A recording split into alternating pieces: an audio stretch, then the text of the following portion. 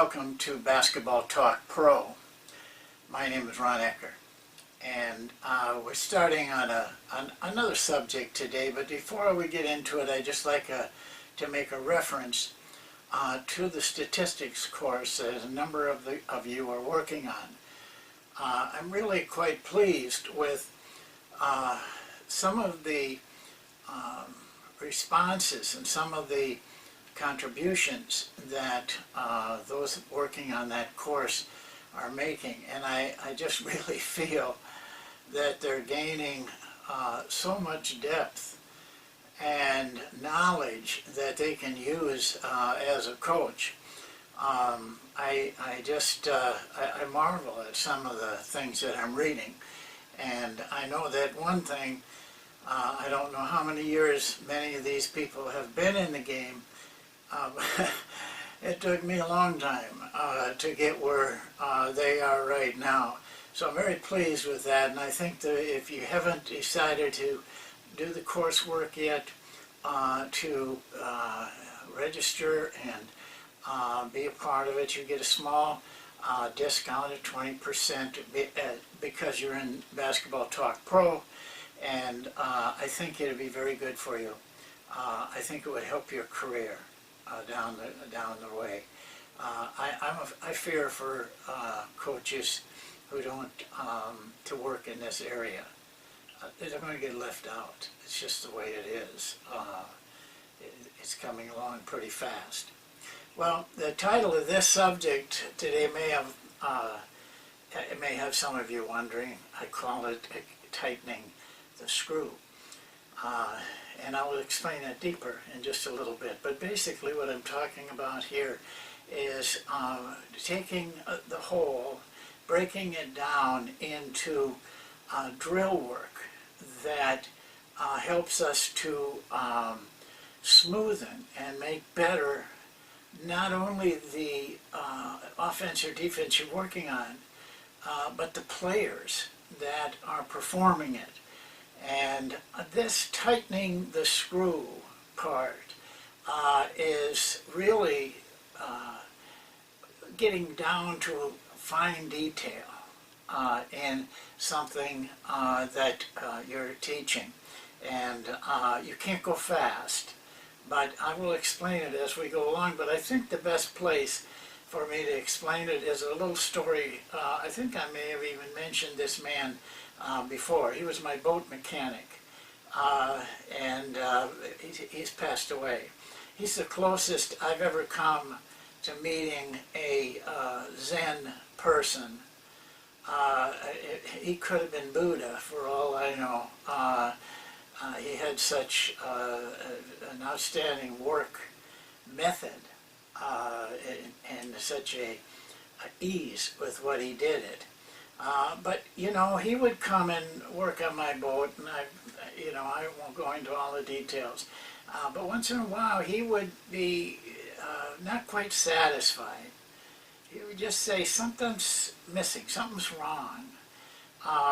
And he told me one day, he said, when you find it, it's going to be something very simple. Something as simple as tightening a screw. And then all of a sudden, the boat runs perfectly. But without that, it still isn't quite right. Well, I'm not training you to be a boat mechanic. So I want that clear. But we have to apply that to basketball. And here's an example of how to do it. For example, we have what we call the ball line defense. And we spend, you've seen how we approach that.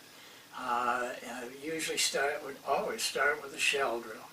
Once we have all of that material down, which is very general, then we take it down another notch and start to work with breakdown drills that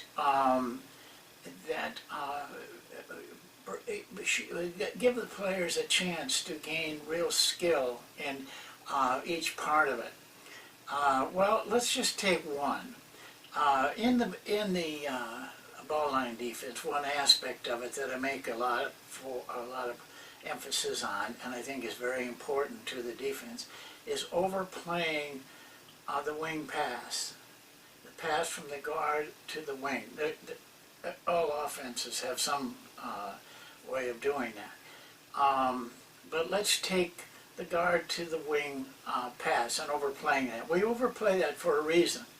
We force the receiver out because he is the first pass, but he's going to throw the second pass, and it's the second pass which usually really needs the most defense on it. By forcing our wingman to receive the ball a little higher, a step or two higher, we like above the top of the key. Even then we can soften and not that concerned about the ball getting in. We have done part of our job. The pass is too long. It's too long to drive from. It's too long to shoot from. So that part of it has emerged. But there is another part to this.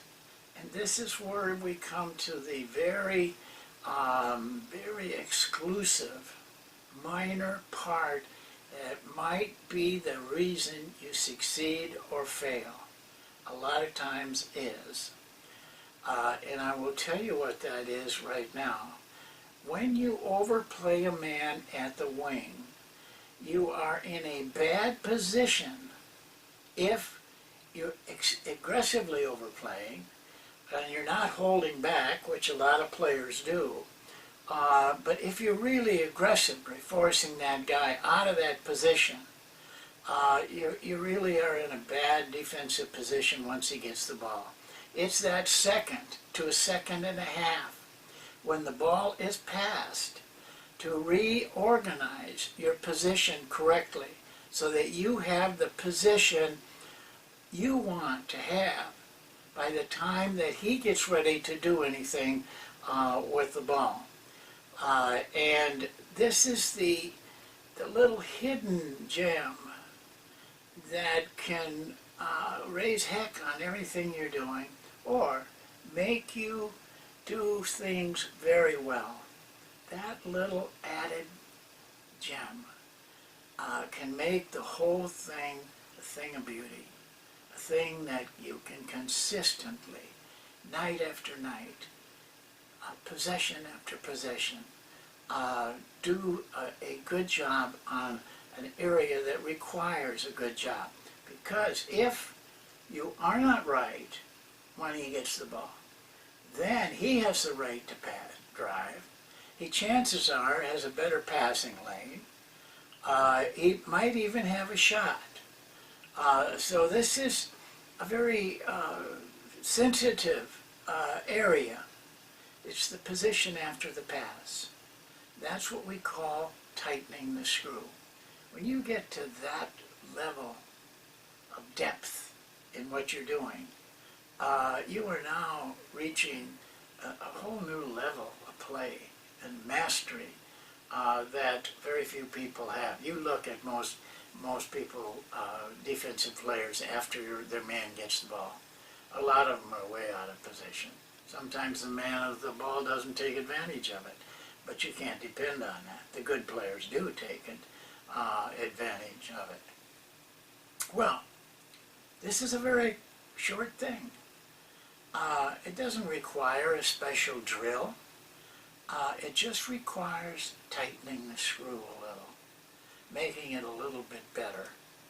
Take that missing part out of it so that the engine runs well and the engine is your team. We're getting into fine line stuff now, fine line detail stuff that can make the difference. And so I want to occasionally reach out to that.